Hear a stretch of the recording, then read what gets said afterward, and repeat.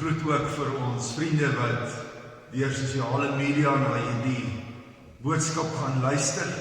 Mag die Here ook regtig jou kom vorm en maak, soos hy wil hê dat jy moet wees. Mag jy geseën wees, as jy ook na hierdie boodskap luister. Broers en susters, vriende, ons kan die Bybels oopmaak by 2 Konings, die 6de hoofstuk. 2 Konings, die 6de hoofstuk. Jana trek vir oom die elektriese draadjie by die laptop uit. Ek wonder of dit nie gaan help met die klank wat ek hoor nie.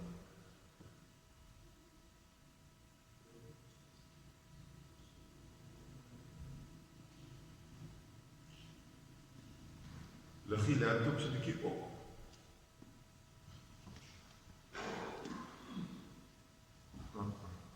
Maak nie saak. Goed, vriende, ons gaan 2 Konings, die 6de hoofstuk lees. Ek wil sommer net vir julle sê waar ons tans is. Ons is besig met 'n reeks oor God en Elisa die profeet en wonderwerke. Ons is volgens by die 5de deel van hierdie reeks. Ons het nog ene oor, so dis die voorlaaste keer vanoggend.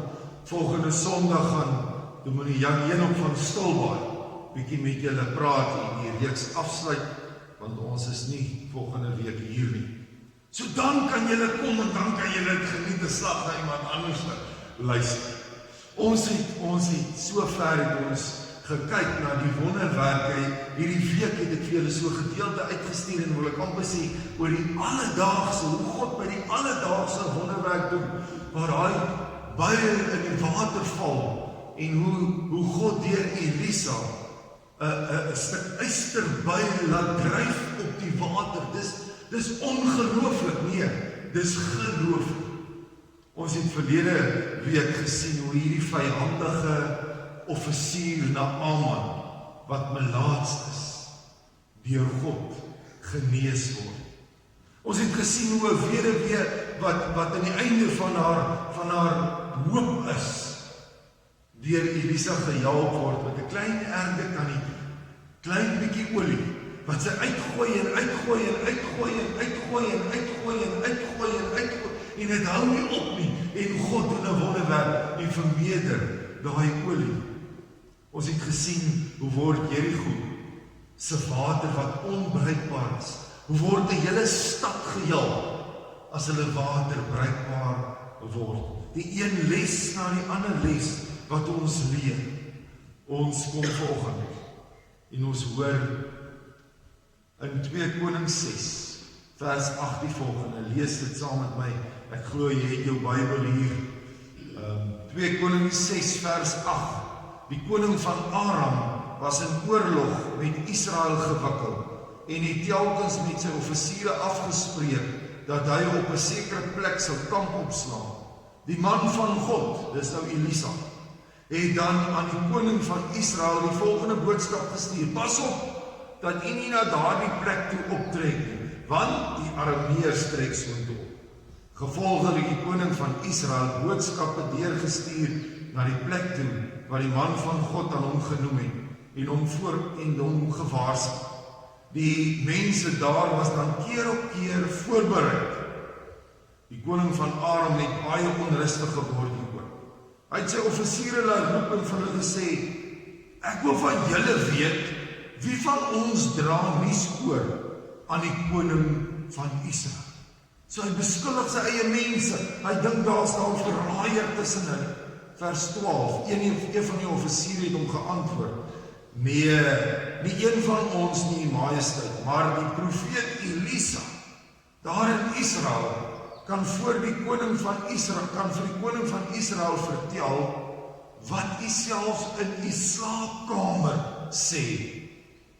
Die koning van Aram het gesê: gaan vind uit waar hy is, dan stuur ek my manne om hom te vang. Die koning is meegedeel, hy is in Dothan. Die koning stuur toe perde, strydwaans en 'n sterk mag daarheen na Dothan toe, daar waar Elisa is. Hulle het in die nag gekom en die stad omsingel, in die donkerte, in die nag, gekom en die stad omsingel. Die môre vroeg het die slaaf van die man van God opgestaan, en toe hy uitgaan, sien hy 'n leer rondom die stad, met perde en struikwaans. Ag, meneer, sê die slaaf van Elisa, wat gaan ons nou maak? Hier's chaos. Hier is hierdie klomp struikwaans en die perde hier om ons. Meneer, wat nou? En hy gaan maak vir Elisa wakker. Hy het dit gesien as hy vroegoggend opstaan in die nag het hierdie leermag rondom hulle stelling ingeneem. Wat nou? Dink jouself in Elisa se slaaf se situasie. 'n hele leermag. En dis net hy en die profeet Elisa. 'n vyhandige, woedende klomp soldate om hulle huis met perde en struikwaans.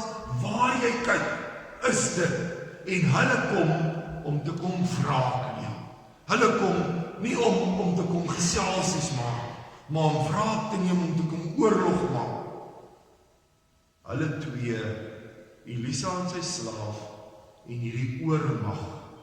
Ek dink hulle het besef hulle is vasgeloop. Hulle het besef hulle is by 'n doodloopstraat. Die slaaf dink, dit kan nie, ons gaan nie kan uitkom. Vasgeloop. 'n slaaf by 'n doodloopstraat. Ek wil vir jou vra, dalk voel jy ook soms, dalk voel jy vandag vasgeloop. En jy voel in jou situasie waar jy is, of dit by die skool is, by jou werk is, by jou gesondheid is, maar jy is vasgeloop. Jy is in 'n doodloopstraat. Die slaaf het gedink dis die einde. Dalk het jy ook al gevoel dis die einde. Ek het hier voor by my, het ek 'n tafel met skaakblokkies. Wie van julle kan skaak speel? Kan jy skaak speel? Ons gaan nou nie skaak speel nie, want as ek en jy speel, is dit 2-3 skuwe, dan wen jy my. Maar skaak werk so, julle wat nie skaak dalk ken nie. Skaak werk so, jy speel of die wit of die swart blokkies. En jy probeer soveel as moontlik van die ander man se blokkies, se pionne afvat. Die een wat dan uiteindelik, jy probeer dan uiteindelik jou opponent se koning in skaak sit. So jy skuif en jy skuif en jy skuif, totdat jy sien, maar jy kan nou sy koning vat, en dan moet jy vir hom sê, skaak. Nee, speel jy dit nog steeds so? Dus as ek het nie, dan sê jy vir hom skaak, dan weet hy, sy koning is nou in gevaar, dan kan hy hom nog bietjie skuif, tot jy daai koning in 'n hoek het, met verskillende blokkies rondom hom, en daai koning kan nie skuif nie. Wat sê jy dan vir hom? Skaakmat. Dan sê jy vir hom, nou is jy in skaakmat. Ek wonder of Elisa se slaaf nie dalk gevoel het, skaakmat. Dis verby. Ek is in 'n doodloopstraat. Ek is vasgevang. Ek het nie meer 'n skuif oor nie. Vriende, as ek hierdie verhaal lees, dan dink ek onwillekeurig aan 'n verhaal wat ek glo ek lees dalk al hier vir ons vertel het. 'n verhaal wat hom afspeel in Frankryk, in Parys. Nie Parys in die Vrystaat nie, Parys in Frankryk, by die Museum Le Vau. En by hierdie museum was daar hierdie skillery gewees. Kyk gou na die skillery. Was hierdie skillery gewees van 2 skaakspelers. Dan word vertel oor hierdie skillery dat die skaakspeler aan die linkerkant is die Satan. En hy is besig om te speel teen hierdie jong man aan die regterkant. En dat hy sy skuwe gemaak het, en as hy aan die linkerkant by die Satan kyk, dan sê hy sien daar lê 'n klomp wit blokkies reeds geneem van die jong man. Die jongman het nog net 2 blokkies van Satan geneem. Satan sit daar selfvoldaan. Hy het hierdie man. Want onder hierdie skildery in die museum het daar gestaan skaakmat. En Satan glo, hy het hierdie jongman in skaakmat. Die jongman sit met sy kop onderste bo. Hy besef, hy is in skaakmat. Dis verby. Hierdie skildery is 'n skilder in 1888 en hy het lank hier in die museum gehang, skaakmat. Tot daar iemand eendag ingekom met 'n ouerige Franse oom, Fransman. En hy het deur die museum gestap, na alles gekyk en voor hierdie skildery skaakmat gaan staan. En hy het na die skildery gekyk. Die mense het verbygestap en ook gekyk, maar hy bly staan. Hy het nog verder gekyk met 'n frons op sy gesig. Die volgende oomblik roep hierdie Fransman uit: "Dit is 'n leuen! Dit is 'n leuen! Dis 'n liegstorie!" Die mense het hom slags aangekyk en hy roep weer uit: "Dit is 'n leuen!" En die kurator van die museum het by hom aangekom en gesê: "Ekskuus meneer, wat gaan nou aan?" Hy sê, hierdie skildery is 'n leuen. Dit wat hier staan is 'n leuen. Hoe kan jy dit sê? Hy sê, ek is die wêreldkampioen skaakspeler. En ek ken skaak. En hierdie jongman het nog 1 skuif oor. Dit is nie skaakman. Dit is 'n leuen. Die koning het nog 'n skuif oor. Dit is 'n leuen. Die koning het nog 'n skuif oor. Dit is nie skaakman. Elisa se slaaf, vriende, het uitgeroep skaakmat. Maar ek wil sê, die koning het gesê, nee, dit is 'n leuen. Daar's nog 'n skuif oor. Want Elisa het besef, die koning van die konings, die Here van die Here, is in beheer. Dalk het die slaaf nie heeltemal so goed God geken nie, maar Elisa het, en daarom terug by die teks wat ons gelees het. Kom ons gaan terug na vers 16, wat Elisa dan sê. Nadat die slaaf gesê het, wat gaan ons nou doen? Nadat die slaaf gesê het, dis skaakmat. Nadat die slaaf gesê het, ons is definitief, ons is dood. Hierdie is 'n oormag. Dan sê Elisa in vers 16, moenie bang wees nie. Die wat by ons is meer as wat hulle is. Dis 'n leuen. Die koning het nog 'n skuif oor. Dis 'n leuen want God is nog by ons. En dan bid hy in vers 17. Hy bid Elisa en dan sê hy, Here, maak net hierdie slaaf van my se oë oop dat hy kan sien. En as hy dit gebid het, dan gaan die slaaf se oë oop. Dan kyk hy en dan sien hy op die berge rondom hulle huis, by hierdie leermaggie wat daar is, die paar perde en strydwaantjies wat daar is daar 'n magtige teenwoordigheid van God met perde en strydwaans van vuur. En dan besef hy, dis ver van 'n skaakmat situasie. En dan bid Elisa nog 'n keer, 'n tweede keer, bid hy in vers 18, Here, slaan tog hierdie mense met blindheid. So hy bid eers dat sy slaaf kan sien en God se teenwoordigheid kan sien. En dan sê hy, Here, en nou hierdie klomp vyandige magte, maak hulle blind. Sy slaaf sien en die volgende oomblik sien hierdie klomp vyandige magte sien hulle nie meer.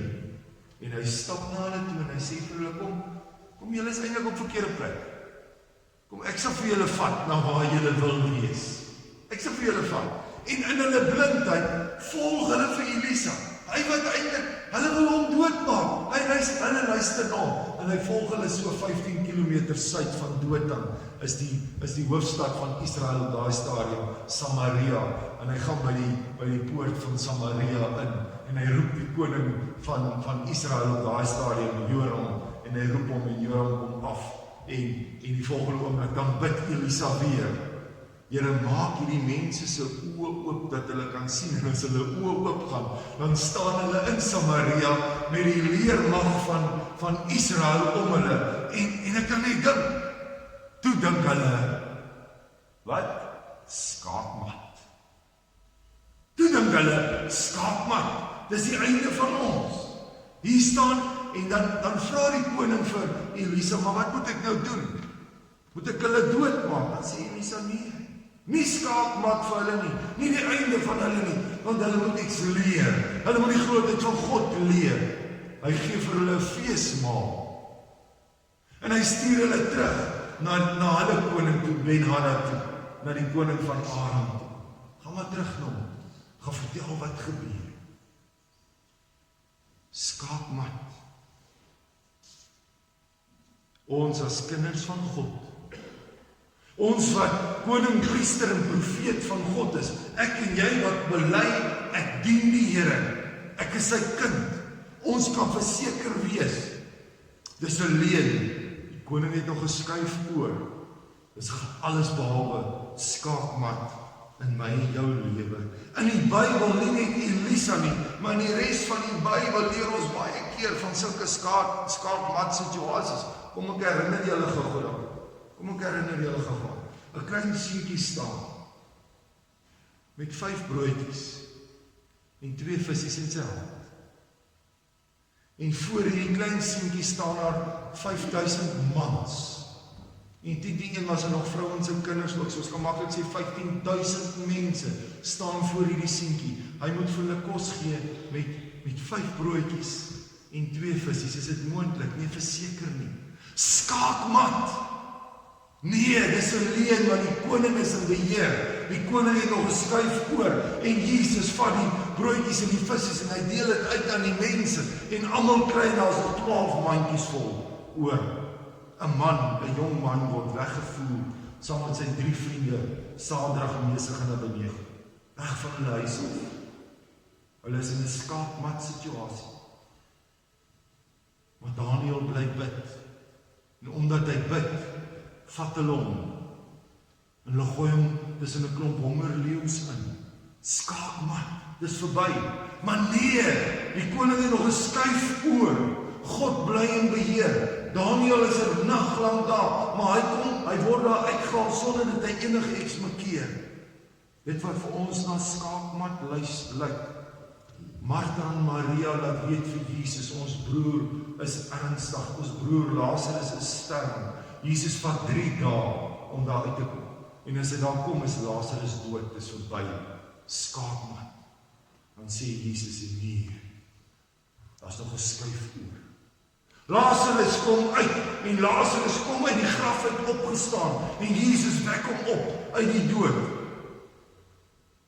'n Slegte vrou, 'n prostituut, wat op ontuig betrap is, word na Jesus toe gebring, deur die Joodse raad. En sê vir Jesus, dis wat gebeur.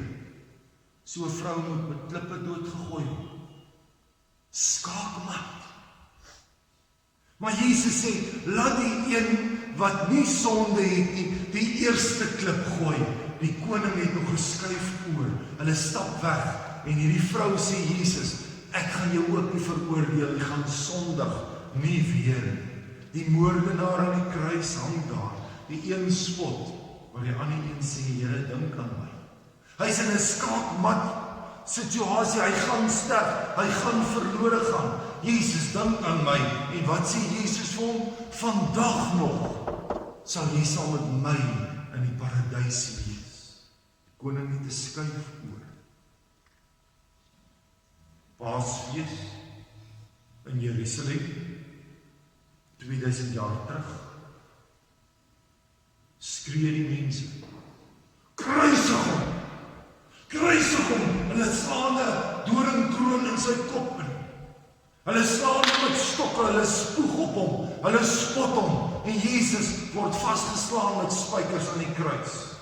En hy roep uit, Eli, Eli, lama sabachthani.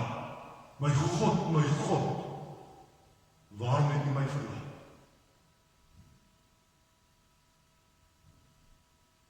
En hy blaas die laaste asem uit.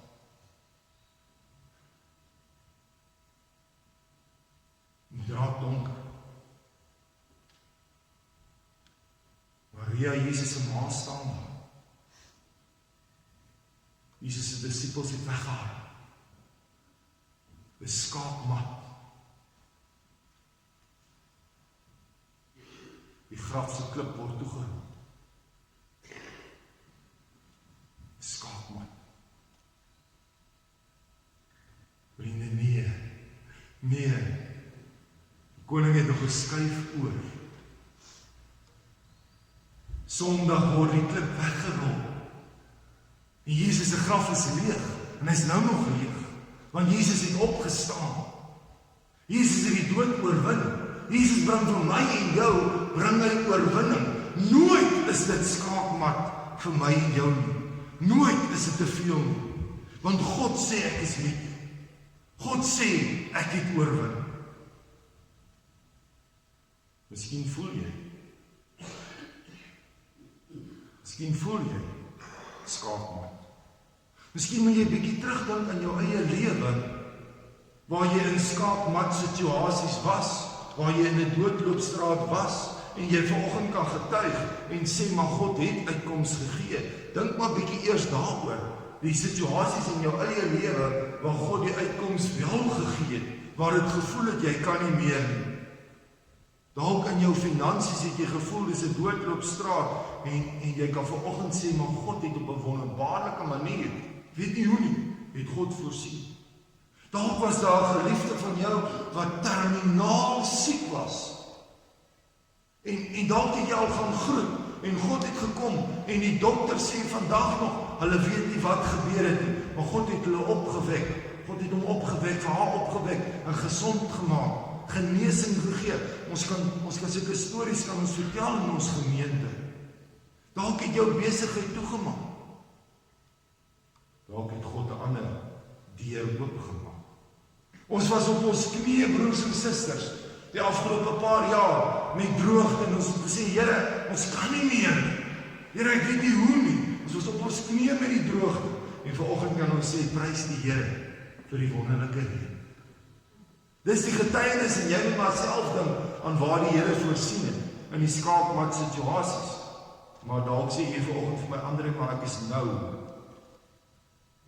in 'n skaakmat situasie. En dan moet ek en jy, soos Elisa gebid het, Here, maak my oë oop. Dan moet ek en jy gaan bid en sê, Here, kom help my, want God kan, en ons het nou die afgelope 5 Sondae gesien, God doen wonderwerke. God help vir ons. Dalk vir jou kind of jou kleinkind, wat nou moet matriek skryf, na so die mekaar jaar. Dalk vir jou geliefde, of 'n kennis van jou, dis 'n fotootjie jy sien oor WhatsApp, en sien, hoe gaan daai persoon agteruit, as gevolg van kanker, en is dalk net 'n paar dae oor. Dalk jou finansies wat net nie wil werk nie, of jou besigheid, of jou boerdery, of jou werksituasie. Vriende, ons kan nie anders as om vanoggend te sê, ons land, broers en susters, vriende, ons land is in 'n skaakmat situasie.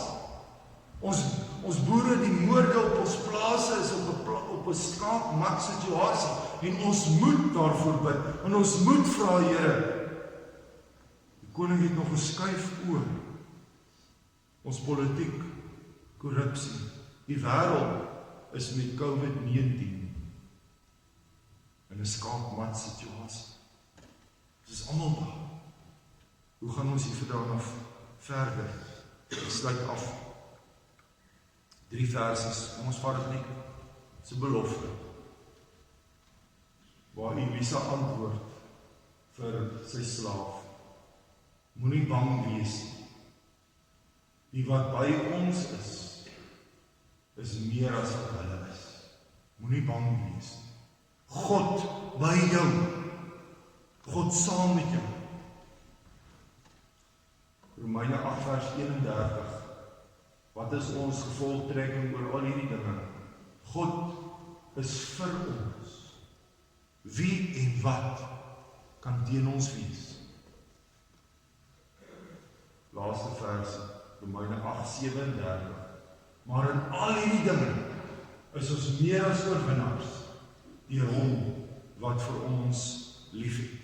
Kom ons proklameer, kom ons sê, kom ons roep dit uit, kom ons bid oor die skaakmat in jou lewe, die skaakmat in ons land, die skaakmat waarvan jy bewus is, kom ons proklameer en ons sê dit is 'n leuen, want die koning het nog geskuif oor. God is in beheer. God wil die oorwinning gee. Kom ons vra die Here, maak ons oë oop, Here, om U te sien, om U te vertrou, om saam met ons te wees.